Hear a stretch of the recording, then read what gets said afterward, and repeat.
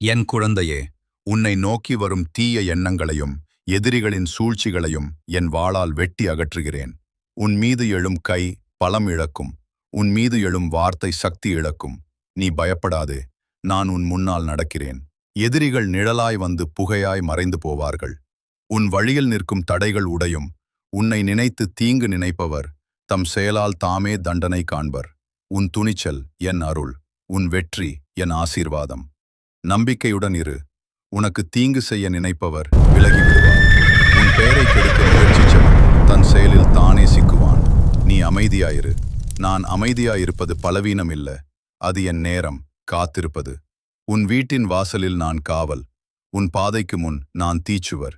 உன் நியாயம் நின்ற இடத்தில் என் அருள் நின்றிருக்கும். பயம் வேண்டாம்.